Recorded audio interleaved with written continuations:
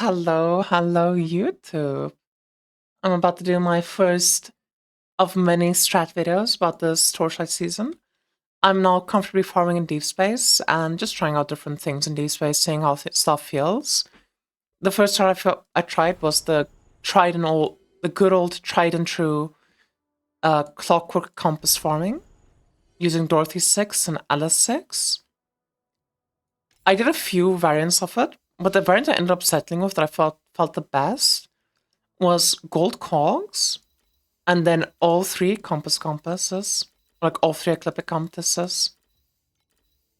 Because doing it this way, our cost per map is pretty low at only 68.8 FE per map. We sustain resonance, which I forgot to look at my resonance, but yeah, I believe I dipped slightly below my starting resonance just because I rerolled a bunch, but that's fine. If you don't like reroll, if you run all mods, I'm just trying to level, then you actually make more resonance than you use, which is nice. And doing the strat, I did a 50 map test where I had 340 FPS my investment. I did do overrealms on every single map, which does skew the numbers upwards a bit. And I might redo this test completely skipping overrealm to see, how it compares. I think that would be an interesting statistic. But doing so, I did not get any rainbow compass or red compasses throughout in all 50 maps. So my compasses should not be very skewed at all. I just occasionally drop the compass inside the overrealm, but also, running all these compass nodes and compasses and stuff is going to make it drop more compasses in overrealm.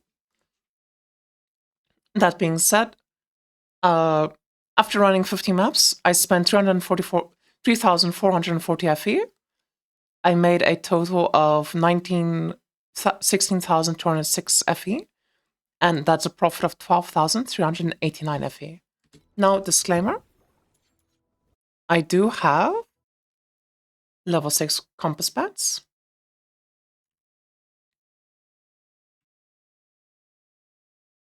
Level 6 compass bats. And I do have level 6 cog bats.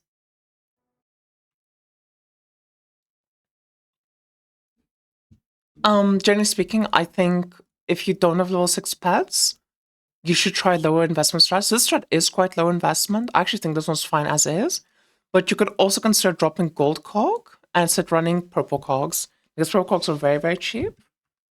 And just from talking to people who have level 1 pets and stuff, in their experience, level 1, they still make a lot of FE with the strat. Obviously, because I have level 6 pets, I'm going to be using expensive compasses because I want to try and maximize my profit. I did try a similar setup using Sinful, like gold Sinful instead of this, and Sinful is so inflated in price this season that I actually found it to be way worse, both in terms of map timing, because making the maps that much harder means, you're mapping for longer, but also your actual profit did not feel worth it. This was the outcome of the test that I did yesterday, and I made in 40 maps 9,810 profit, whereas here in 50 maps, we made 12,000. Now, obviously, 40 versus 50 is not a fair comparison, but, I think both options are fine. I do think doing the giga investment with, Sinful, having an orange Sinful, is worth it if you have, Eternity. A big thing that I had in this test is my time per map was 5 minutes. In today's test, I put it as 5 minutes again for comparison's sake. But in actuality, when I was running the maps, these were taking me 4 minutes only, doing overrealm every single time, and not skipping overrealm no matter how bad it was. That being said, though, I will be redoing this, because I think with this, profit from compasses, you have a very real reason to skip overrealm entirely and just go for pure profit on compasses. So I'll probably be doing an update on this video, just on those results, if they end up being better. If they don't end up being better, obviously there'll be no update, because it's not worth making a video about. And I have some other strats that I'm going to try out this season that I think are worth making videos about. One thing that I will say, which is a strat I've been doing throughout this league, is Dark Surge, expecting to eCgx with cube, and then you run the orange cube and the purple Dark Surge compass. This strat, I did like I basically did the strat from the league start until I killed the SS21. It is so good. Just using these cube compasses, which you can, if you want to be safer, just use the the blue cube because it's basically free, as well as using the Dark Surge boss compass, like the purple one. It is next to nothing on the investment, or if you do the orange compass, it's like only 36 FP per miap, but you make it back so quickly in the Zaya course and eCgx. What about my strategy for picking member services? Okay, so member service priority. Member service priority. Let's scoot everything over quickly. Here's your priority list for member service.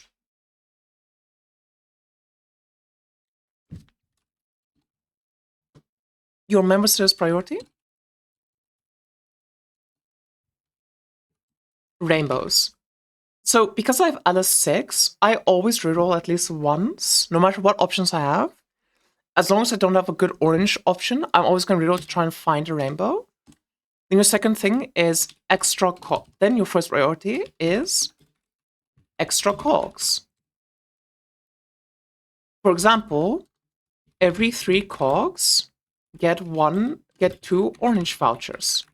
That is fucking absurdly broken. That is really, really, really good.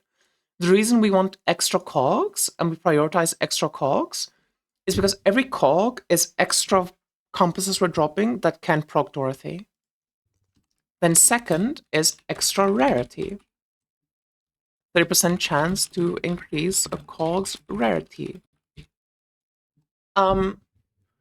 If you can't get a bunch of Cogs, the next best option is to make your Cogs that you do have rare, because higher rarity Cogs are going to drop more compasses, which means more Dorothy procs.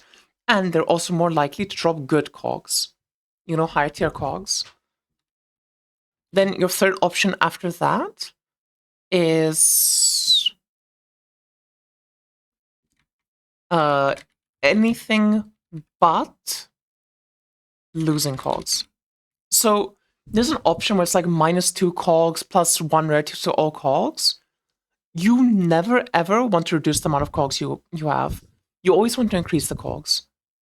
For example, there's a thing that's like, there's only 2 boosters in the map, and both boosters drop currency. Like, that one's really good. Because it doesn't make you get more FE, like more compasses or anything, but it just drops you a bunch of raw FE. The one that makes it you only have 1 time extender in the map, that one's kind of shitty. Because you get FE from time extender, but because of the points we take, we want to try and maximize, we want to try and maximize the amount of time extenders we get in the map, because every time extender has the chance to turn into an orange Cog. Okay, 50 minutes from now when I'm done loading, I can show you. Hello? Hello, hello, hello. Hello, hello, hello. Okay. Because if you look at our points here, we have this point, which is this. In Netherrealm stages, when touching a time extender, there's an 8% chance for a runaway dancer to appear. And when you kill this runaway dancer, it drops an orange or better Cog. I think that node is really good, because that's like an extra orange plus voucher you get like every second map. But I think that's gonna be it from me. Cogs this season feel kind of whatever. I'm actually not the biggest fan of it. I think like doing Outlaw, Bang Bus plus Overrealm is might be better. I think doing Q plus Surge is probably better. I think even skipping the Overrealm and just going for maximum of Cogs might be better. But 3k FP an hour is like a pretty decent starting point for deep size strats. And we'll just try to build from there and figure out what's better. The main reason why I haven't done like a video about Q plus Surge is because it is just so RNG. You know, Yeah, and it's so orangey, and you kind of need Eternity Summoner, at least level 1. Which is like, that's just so... Like, level 6 pets are kind of out of reach for most players, but needing the Eternity Summoner is like giga out of reach for players. But unfortunately, I have level 6 pets. I can't make guides for non-level 6 pets because that's what I have. Anyway, thank you all so much for watching. I hope you guys leave a like, comment, subscribe, do all those beautiful things, and I hope you guys have a lovely week further. Bye, YouTube. Bye-bye.